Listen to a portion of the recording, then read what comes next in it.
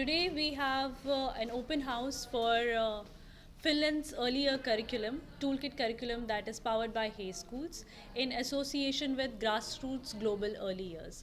आज हमारे special guest भी आए हैं फिनलैंड से मिस्टर हेकी वार्तिया जो डायरेक्टर ऑफ पार्टनरशिप हैं हे स्कूल्स के एंड आज हम एक सॉफ्ट लॉन्च सॉर्ट ऑफ कर रहे हैं अपने ग्रासरूट्स ग्लोबल अर्ली ईयर्स का।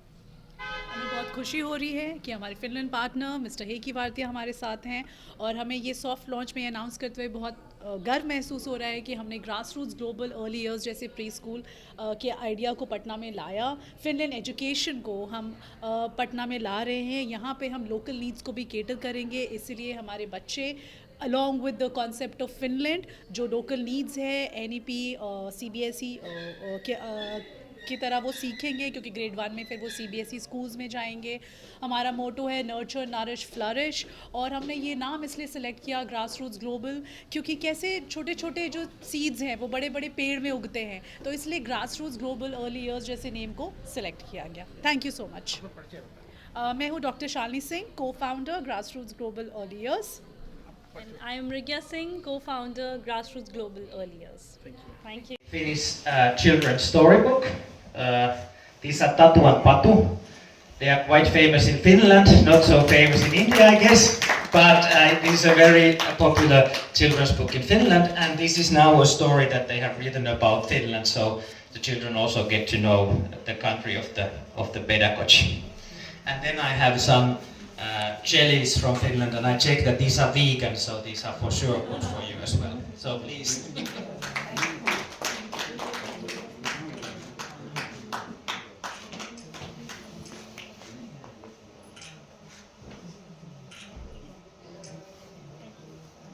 Thank you very much. Thank you for your attention, and have a good day. In India, in our different partner schools and also our franchise school. First time here in Patna, first time in Bihar. But very nice to be here, very nice to be in such a nice school to be soon. And I wanted to share with you today, as I'm here, some facts and some inspiration about the Finnish education approach. So we can probably start with this introduction now. So please, you can change the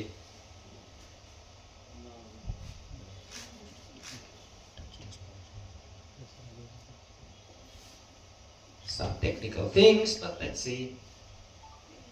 Okay, you can go to the next one. Okay, so first of all, I'm coming here all the way from Finland.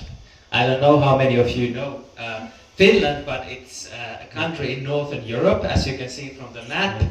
We are in Scandinavia, or a Nordic country, meaning we are neighboring with Sweden and Norway, and also with Russia.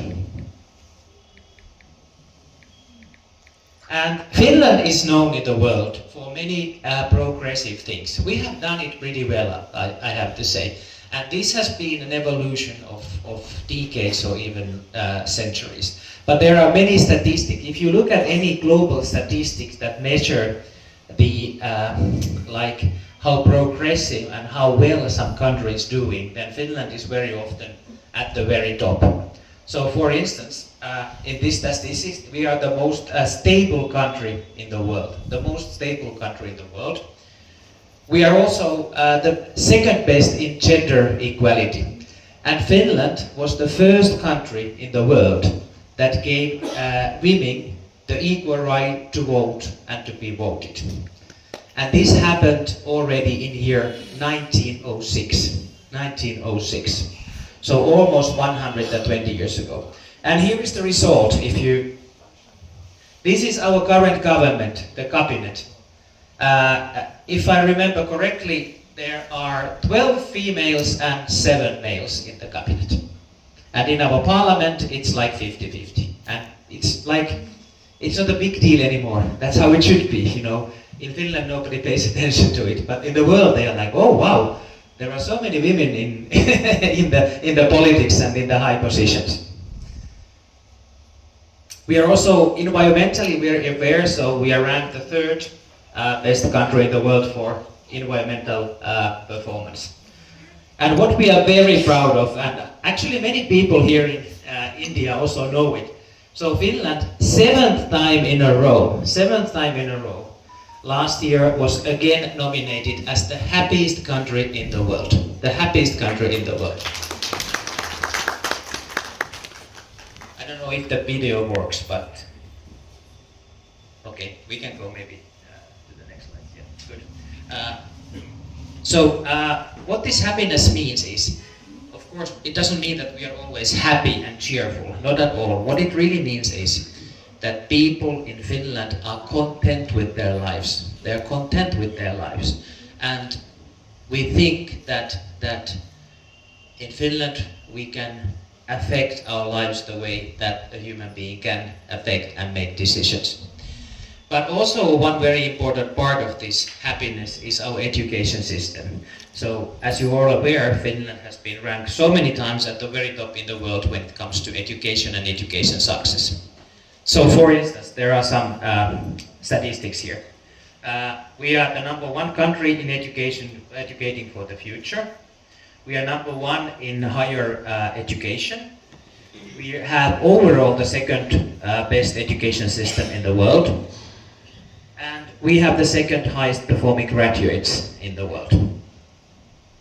And if you Google Finland education, you will come up with loads of articles, videos, documentaries, all these kind of things. And also here in India. So for instance, Times of India has referred to the Finnish education several times. Also last year in May we had an event at the embassy of Finland in Delhi, and we invited one of the co-founders of Hay Schools, our company, Professor Lasse Lipponen, to India, and the Times of India made a one-pager of Professor Lasse Lipponen and the Finnish education. And of course the results speak for themselves as well. So you all know the PISA studies that they make on the children, and Finland has excelled there as well. But then a very interesting thing is Singapore, by the way, nowadays in PISA has been the #1 country. But now last year they also made an adult PISA, like this kind of a survey for us grown-ups, how well we know mathematics, literature skills and problem solving skills. And guess what? The #1 country was Finland, by far. So we were the best in mathematics, literature and problem solving. So it really shows that the system works and the pedagogy works. And Singapore, who is usually excelling in the children's PISA, they were number 19 in this study. So that tells something.